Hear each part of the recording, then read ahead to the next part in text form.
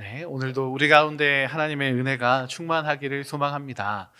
네, 설교를 앞두면서 오늘 목욕 재개를 하고 왔습니다. 네, 이유는 다른 게 아니고요. 진짜 저희 아기가 제품에 안겨 있을 때 종종 하는 게 한 가지 있습니다. 그게 뭐냐면 응가입니다. 네, 오늘 안고 목욕을 시키고 있는데 응가를 하는 바람에 이게 먼저 엉덩이를 씻기고 잠시 안고 있었는데 그 사이에 오늘은 한 가지 더 제 바지 위로 뜨끈한 물이 확 왈칵 쏟아져 나와서 온천 터진 줄 알았는데 쉬야를 하는 바람에 옷이 다 젖었습니다. 그래서 이렇게 가서는 냄새 나겠구나, 이 냄새를 다 정리를 하고 가야겠다 싶어서 오늘 목욕 재개를 하고 왔습니다. 많은 사람들이 마찬가지일 겁니다. 나에게 나는 냄새, 내가 더럽혀진 것들을 다른 사람들에게 보여주고 싶지 않을 겁니다. 그리고 스스로 생각하기에도 이건 더럽다라고 생각할 것입니다. 그런데 우리의 인생을 살아가다 보면 내 스스로를 그렇게 더럽다 여기고 내가 더러워졌구나, 내가 힘들구나, 내가 어렵구나라고 스스로 생각하게 되는 때를 지나게 될 때가 있습니다. 제가 이전 교회에서도 그렇고 우리 교회에서도 청년들과 사역하면서 참 많이 했던 것 중에 한 가지는 인생 그래프를 그리는 것이었습니다. 이 그래프, 인생을 쭉 이제 나의 인생이 어떠했습니다를 이제 그래프로, 선으로 그리는 것인데 세 가지 정도로 정리가 됩니다. 우상향하는 그래프가 있고, 정체되어 있는 그래프가 있고, 하향하는 그래프가 있습니다. 상향의 그래프는 미래에 대한 소망과 긍정적인 이 마인드를 가지고 있는 친구들입니다. 정체되어 있는 그래프는 이 시간이 재미없거나 아무 생각이 없는 경우입니다. 하향의 그래프는 특히 이제 군대에 있을 때 많이 나왔는데 스스로의 미래가 밝게 여겨지지 않을 때, 아까 저처럼 무언가 응가와 오줌이 저희 곁을 떠나지 않는 것처럼 느껴지는 그 순간, 스스로의 미래가 밝게 여겨지지 않을 때 현재 나의 상태가 앞으로도 이어질 것이라고 사람들은 쉽게 생각합니다. 우리의 인생도 그래프로 그려질 것입니다. 그 그래프에서 오늘 우리는 어떤 그래프를 그릴 수 있을까요? 혹시 내 머릿속에서 그려지는 내 인생의 그래프가 하향, 저점에 있는 분들이 계시다면 오늘 우리를 향해 하시는 하나님의 말씀에 귀를 기울이시기 바랍니다. 우리의 인생은 저점의 순간이 있고 고점의 순간이 있습니다. 우리의 인생에서 가장 빛나는 순간, 그 최고점을 기대하며 살아갑니다. 하지만 동시에 우리에게는 가장 어두운 순간도 있습니다. 그 어두운 순간, 어떻게 보면 우리의 인생의 최저점에 이르렀을 때 우리가 어떻게 해야 할지 오늘 그 말씀을 통해서 힌트를 찾아보기 원합니다. 오늘 말씀을 보면 하갈이라는 여인이 등장합니다. 이 여인은 자신의 인생의 최저점의 순간을 지나고 있습니다. 그리고 그 최저점에서 만난 하나님에게 하나의 이름을 붙여드리고 있습니다. 13절의 말씀인데요, 우리가 같이 함께 봉독해 보도록 하겠습니다. 하갈이 자기에게 이르신 여호와의 이름을 나를 살피시는 하나님이라 하였으니 이는 내가 여기서 나를 살피시는 하나님을 배웠는고 함이라. 아멘. 하갈은 하나님의 이름을 엘로이, 나를 살피시는 하나님이라고 고백합니다. 우리의 인생의 최저점을 지나고 있을 때 이 하갈이 고백하는 하나님의 이 이름을 우리는 잘 기억해야 합니다. 나를 살피시는 하나님, 그 하나님을 찾는 것이 우리에게는 아주 큰 힌트가 될 것입니다. 오늘 말씀의 주인공인 하갈을 조금 더 깊이 이해해 보고 싶습니다.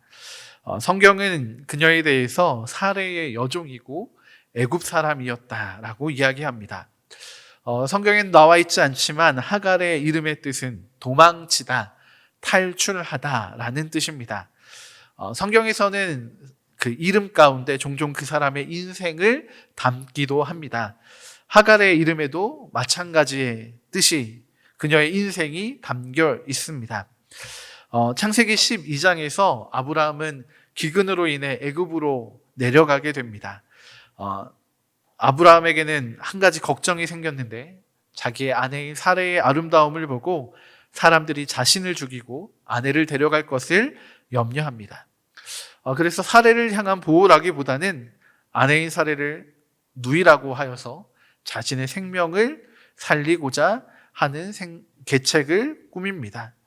여하튼 그 계책이 잘 성공이 되었는지 아브라함은 그 생명을 유지하게 됩니다. 다만 아무것도 몰랐던 바로는 아브라함에게 사례를 얻는 대가로 소와 양과 노비 또 낙타와 나귀를 전해주게 됩니다. 이 아브라함과 관련된 이 애굽에 대한 언급은 16장 이전에는 이 내용이 전부입니다. 그래서 아마도 이 아브라함과 사레의 여종이었던 하갈도 이때 바로가 아브라함에게 준 노비들 중 하나이지 않았을까 우리가 추정해 볼 수 있습니다. 구체적으로 하갈이 어떤 상황에 있었는지는 알 수 없었지만 이 사건을 통해서 하갈은 사레의 여종이 되었고 또 애굽에서부터 아브라함과 사레의 삶을 함께 경험하게 됩니다. 직접적으로 이 여인이 하나님을 경험하지는 못했지만 아브라함의 삶을 통해서 또 그에게 역사하시는 하나님을 아는 간접적인 경험을 하게 되었을 겁니다. 그렇게 아브라함의 집으로 들어온 지 10년 정도가 지난 때의 이야기가 바로 오늘 말씀에 등장하는 시기입니다. 자신의 여주인인 사레가 하갈 자신에게 한 가지 제안을 합니다. 자신을 대신하여서 주인의 아이를 가져 자녀를 얻게 해달라 요청한 것입니다. 아마도 여주인은 주인이 하나님으로부터 받아온 내 몸에서 날 자가 내 상속자가 되리라고 하신 그 약속이 자신을 통해서는 이루어지지 못할 것이라 생각하는 것 같습니다. 하갈이 보기에도 이미 70세가 훌쩍 넘은 이 여인이 아이를 갖기에는 무리가 있다고 생각이 들었습니다. 그렇게 이 하갈은 자신의 주인인 아브람과 동침하게 되었고 하갈은 이 아브람의 아이를 임신하게 됩니다. 하갈은 생각하게 됩니다. 내가 주인의 아이를 임신하게 되었구나.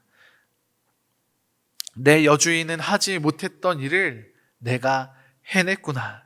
나에게서 태어나는 아이가 주인의 모든 것을 물려받게 되겠구나. 마치 하갈은 자신이 여주인이 된 듯한 기분이 들었을 것입니다. 머릿속으로 하갈은 여러 계획들, 여러 꿈 같은 일들을 생각했는지도 모르겠습니다. 그리고 자신이 주인처럼 대접받기를 기대했는지도 모르겠습니다. 이 모든 것이 자신이 품고 있는, 자신의 태 속에 있는 아이로 인해 얻어지게 될 것이다, 현실이 될 것이다 생각한 것입니다. 하갈 스스로는 아마도 자신의 앞에는 고점의 그래프만이 남아있을 것이다 여겼을지도 모르겠습니다. 하갈 스스로 생각이 여기에 이르게 되니까 자신의 여주인, 아이를 갖지 못하고 하나님의 그 약속 가운데 들어가지 못하는 그 여주인이 하찮게 보였습니다. 결국 넘지 말아야 할 선을 넘고 맙니다. 여주인인 사례를 멸시하기 시작한 것입니다. 그리고 자신이 주인인 양 행세한 것입니다. 당시에는 이렇게 주인의 아이를 가진 여종이 방자하게 그 여주인과 동등한 태도를 취하려고 할 때에 이 남편 되는 주인이 여종을 본래의 신분으로 되돌릴 수도 있었습니다. 그런데 하갈이 생각할 때 자기 외에는 아들을 얻을 다른 방도가 없다고 생각되었습니다. 그래서 이 주인이 아브람이 자신을 여종으로 되돌리지 않을 것이다 라고 생각했습니다. 그렇지만 하갈의 예상과는 다르게 아브라함이 자신을 다시 본래의 신분, 여종으로 되돌려버린 것입니다. 6절의 말씀입니다. 아브라함이 사레에게 이르되 당신의 여종은 당신의 수중에 있으니 당신의 눈에 좋을 대로 그에게 행하라 라고 이야기하고 있습니다. 하갈은 자신의 편인 줄 알았던 아브라함이 사레의 손을 들어준 것을 확인하게 됩니다. 하갈은 자신의 첩이 아니라 아내의 여종이다 라고 못을 박는 아브라함이었습니다. 하갈은 자신의 인생에서 우상향하던, 자신의 뱃속에 있는 아이로 인해서 내가 여주인과 같이 될 것이다 라고 했던 그 희망찬 미래, 그 아름다운 미래를 그렸던 우상향하던 그 그래프가 꺾여버렸습니다. 잠시 꺾이거나 멈춘 정도가 아닙니다. 우상향하던 그 그래프가 이 아브라함의 한마디로 인해서 곧바로 최저점으로 곤두박질 치게 됩니다. 주식시장에는 서킷 브레이크라는 것이 있다고 합니다. 투자한 사람들의 자산을 보호하기 위해서 이 떨어지는 하락이 10% 이상 될 때, 그것이 1분간 유지되고 있을 때 20분 동안 모든 거래를 멈추도록 하는 기능입니다. 그래서 투자자들을 보호하는 겁니다. 하지만 아쉽게도 하갈의 인생에는 그런 서킷 브레이크 같은 것이 없습니다. 그녀의 인생이 곤두박질 치고 정말 저점으로 떨어지고 있을 때 그녀를 보호할 만한 어떠한 보호장치도 없습니다. 그렇다면 이렇게 최저점으로 떨어진 하갈에게 무엇이 가장 크게 변화로 다가왔을까요? 하갈의 위치가 변화가 됩니다. 자신을 벼르고 있던 사레에게 다시 종이 되어 들어가게 된 것입니다. 바로 얼마 전까지는 멸시하던 여주인에게 다시 무릎을 꿇고 머리를 조아려야 되는 상황이 된 것입니다. 주인은, 이 사례는 이 하갈을 학대, 구박하기 시작했습니다. 성경에서 이야기하고 있는 학대라는 표현은 신약에서 초대교회 성도들이 받았던 박해와 같은 의미를 가지고 있습니다.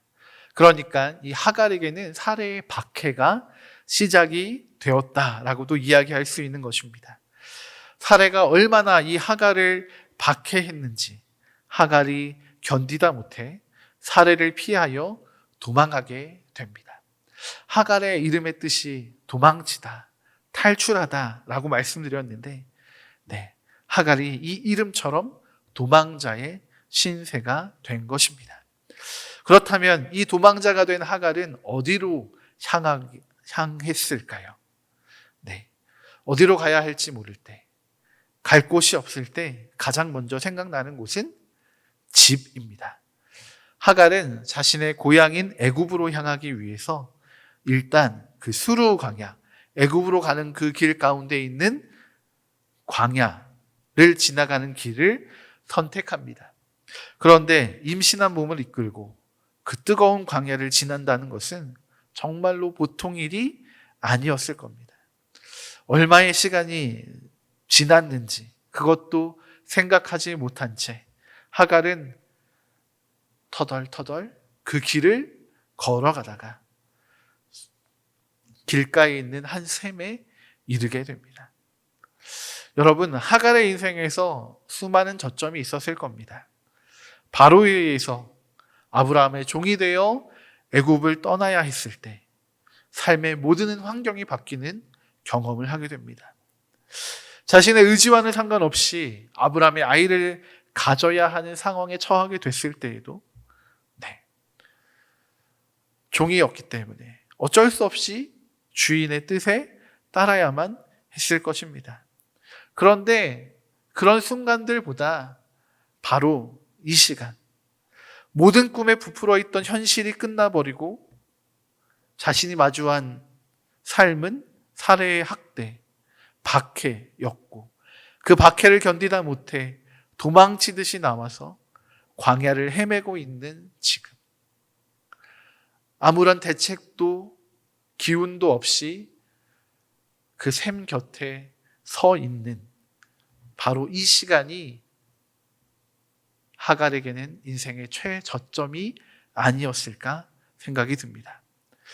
그런데 그렇게 가장 인생의 저점에 서 있다고 생각되는 순간 내 인생이 실패라고 여겨지는 바로 그 지점에서 아주 중요한 만남이 이루어지게 됩니다. 바로 하나님과의 만남입니다. 하갈은 전혀 예상치 못했던 하나님의 천사를 만나게 됩니다. 그리고 그의 최저점에 있는 인생이 반전, 역전되는 놀라운 은혜를 누리게 됩니다.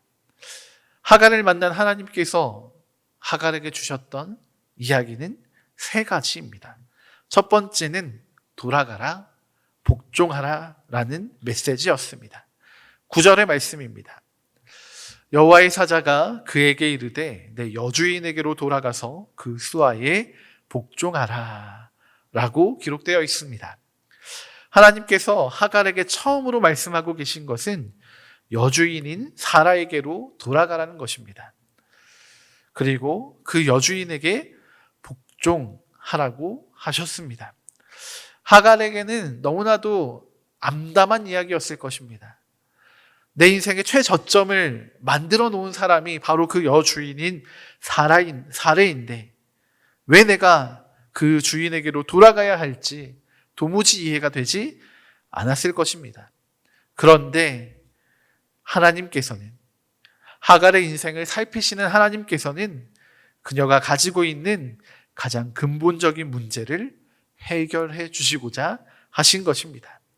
하갈에게 있어서 그의 인생에 있어 가장 큰 어려움이자 문제는 다시 종이 된 것이었습니다. 그리고 그에 따라 얻게 된 사례의 학대, 핍박이었습니다. 이 상황을 초래한 것은 사실 하갈 본인이었습니다. 사례의 학대를 자초할 만큼 교만했던 하갈이었기에 이제는 그녀의 주인인 사례를 인정하라 하고 하나님께서는 명령하고 계신 것입니다. 이 문제가 해결되지 않으면 하갈의 삶을 변화시킬 수가 없으셨던 것입니다. 아마도 그 광야의 길을 걸으면서 하갈은 많은 생각과 고민을 했을 것입니다. 그녀 역시도 자신의 문제가 무엇이고 어떻게 해야 되는지 어느 정도 답을 가지고는 있었을 것입니다. 그러나 그 문제를 마주할 수가 없어서, 그 마주할 힘이 없어서 도망치고 있었던 것 아닙니까? 그것을 모두 아시는 하나님께서 하갈이 피하고자 하는 그 문제 앞에 다시 서도록 그녀를 강권하시고 이끄시는 것입니다. 하나님은 하갈이 이 문제를 해결해서 그녀의 인생에 계속되는 그 저점, 더 낮은 지점으로 내려가게 되는 불상사를 막고 싶으셨던 것입니다. 하갈을 살피시는 하나님은 하갈의 존재를 다루시고자 하신 것입니다. 우리에게도 마찬가지입니다. 우리를 살피시는 하나님은 우리의 존재를 다루시고자 하십니다.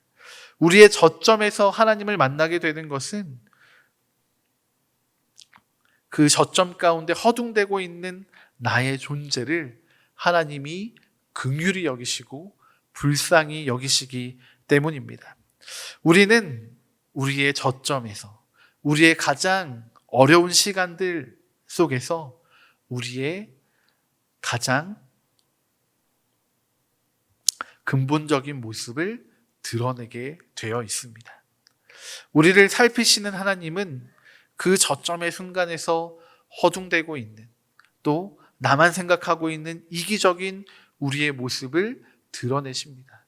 그리고 우리의 존재를 살펴 우리가 우리 스스로를 잃어버리지 않도록 붙드시고 또 우리의 모습과 존재를 극복하여서 하나님이 지으셨던 원래의 모습대로 회복시키도록 이끄시는 분이십니다.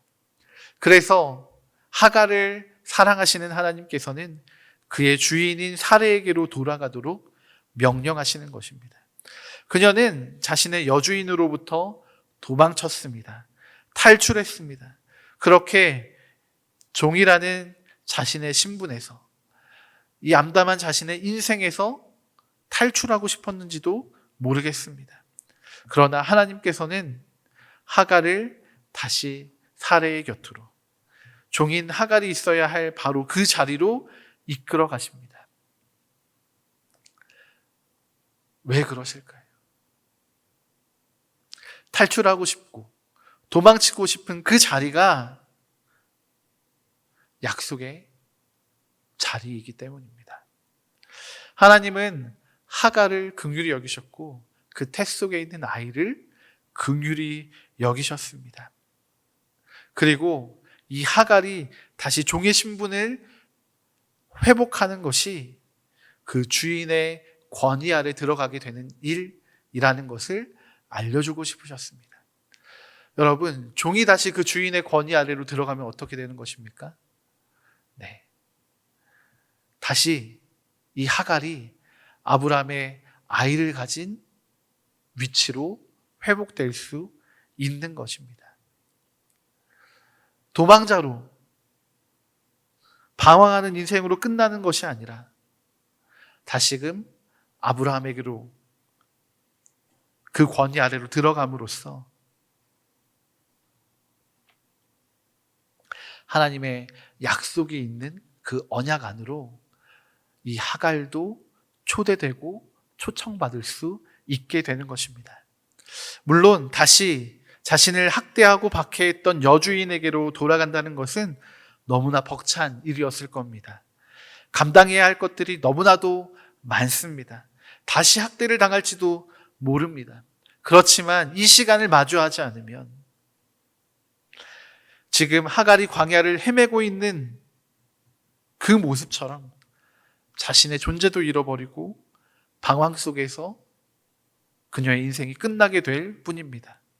오히려 자신의 이 문제와 마주하고 그 문제로부터 도망치는 것이 아니라 그 문제로 들어가서 그 안에서 하나님이 주시는 자유함을 누려야 했던 것입니다. 종으로 돌아감은 다시 종으로서만 살아가게 되는 것이 아니라 자신의 태중에 있는 아이의 지위도 회복시켜주는 일이었던 것입니다. 그래서 하나님은 이 태중의 아이를 아브라함의 상속자로 삼기 위해 이 하갈을 다시 그 주인의 종으로 부르시고 복종하라 하시는 것입니다. 우리 역시도 마찬가지입니다. 우리를 살피시는 하나님은 우리의 존재를 확인시켜 주시는 분이십니다. 우리의 인생의 저점에서 이루어지는 하나님의 초청이 있습니다. 돌아가라, 마주하라. 어쩌면 우리가 하고 싶지 않은 바로 그 일인지도 모르겠습니다. 될 수 있으면 피하고 싶고 마주하고 싶지 않은 그 복잡한 심경과 아픔을 가져다 주는 일일지도 모르겠습니다. 그러나 이 최저점에서의 하나님의 초청은 우리의 존재를 완전하게 회복시키시고 하나님의 언약 가운데로 이끌어 가시며 우리를 하나님의 백성으로 회복시키는 놀라운 초청일 것입니다.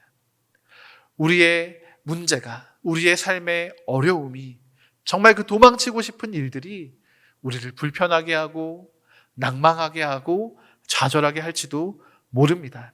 그러나 그것을 마주함으로, 하나님의 명령에 순종함으로 우리는 하나님이 기뻐하시는 모습으로 우리의 존재를 회복하고 자유롭게 되는 은혜를 누릴 수 있을 것입니다. 하나님 또 두 번째로 말씀하고 계십니다. 10절의 말씀입니다. 여호와의 사자가 또 그에게 이르되 내가 내 씨를 크게 번성하여 그 수가 많아 셀 수 없게 하리라. 아멘. 하나님의 약속의 말씀이 등장합니다. 하갈을 통해 태어나게 될 그 아이를 향한 축복의 말씀입니다. 그 아이의 씨를 크게 번성하게 하실 것이다 라고 약속해주고 계십니다. 마치 그의 주인이었던 아브라함에게 주어지는 축복과 약속처럼 보입니다.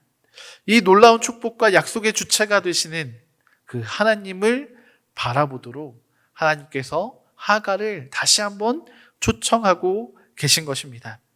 물론 하갈의 태중에 있는 아이도 아브라함의 씨이기 때문에 하나님의 축복과 약속을 얻게 되는 것으로 이해할 수도 있습니다. 또는 하갈을 살피시는 하나님께서 온 세계 중에서 이방 여인인 그녀를 세우시는 것으로도 이해할 수 있습니다.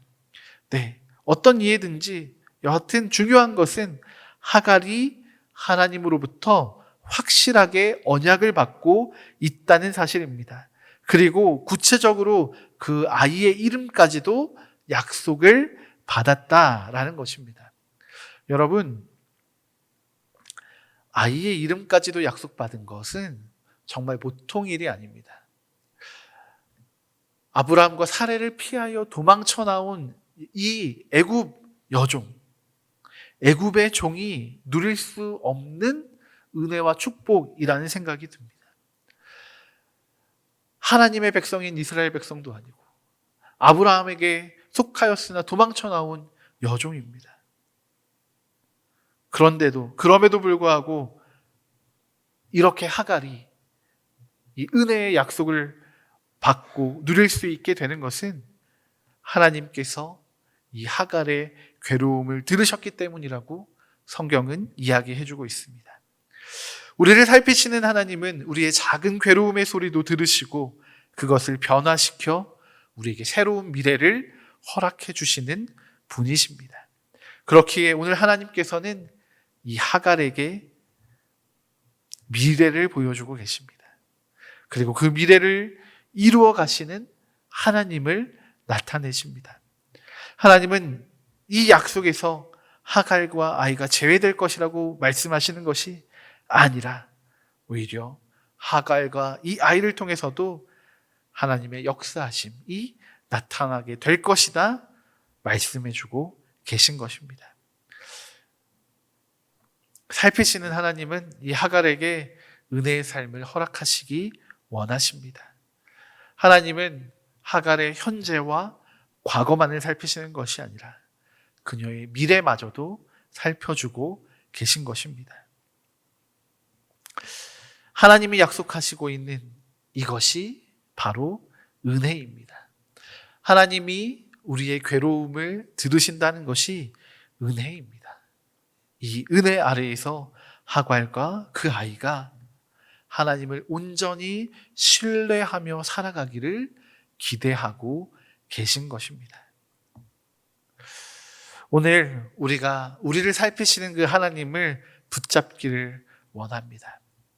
하나님은 하갈뿐만이 아니라 오늘 우리의 작은 한숨, 우리의 그 곤란함을 들으시는 하나님이십니다. 그리고 우리에게도 마찬가지로 우리의 아름다운 미래를 약속해 주시는 하나님이십니다. 하나님은 우리의 미래를 붙잡고 계신 분이십니다. 오늘 우리를 살피시는 하나님을 바라보기를 소망합니다. 그 하나님이 우리에게 소망을 주시는 하나님이십니다. 소망이 있는 자들은 삶이 달라집니다. 소망이 있다는 것 자체가 큰 은혜입니다. 게다가 하갈처럼 그 소망이 확실하게 이루어지리라는 확답까지 받은 것은 우리의 인생의 구체적인 해답, 우리를 형통케 하는 은혜가 있다라는 약속과 같습니다. 오늘 하갈은 자신의 인생의 최저점에서 하나님을 만나고 있습니다. 그리고 그 하나님을 자신을 살피시는 하나님이라 부르고 있습니다. 하갈은 그 살피시는 하나님을 만남으로 그의 인생에 있어 최고의 역전을 만들어냅니다. 물론 그 이후에 이 하갈의 삶에 대해서도 이야기할 부분이 많겠지만 오늘 우리가 함께 읽은 말씀 가운데에서는 이 하갈은 하나님의 언약을 받은 더 이상 도망자와 종의 모습이 아니라 약속의 백성, 언약의 백성의 모습으로 역전되어 있는 것을 우리는 확인할 수 있습니다. 오늘 우리를 살피시는 하나님은 우리가 마주하고 싶지 않은 우리의 문제를 해결하기 원하시고 또 새로운 삶으로의 변화를 약속해 주시는 하나님이십니다. 우리가 이 하나님을 붙잡기 원합니다. 혹 인생의 저점의 시간을 지나는 분들이 계시다면 이 하나님을 붙잡으시기 바랍니다. 이 하나님이, 우리를 살피시는 하나님이 우리의 문제를 해결해 주시고 우리의 삶의 회복을 명하실 것입니다. 그리고 그 하나님이 허락하시는 우리의 미래를 향한 약속을 누리시기 바랍니다. 그렇게 하갈과 이스마엘을 살피시는 하나님께서 그 사랑하시는 백성들을 오늘도 졸지도 않고 주무시지도 않으면서 살펴주실 줄로 믿습니다. 오늘 우리가 그 하나님을 붙잡으며 나아가기 원합니다. 함께 기도하시겠습니다.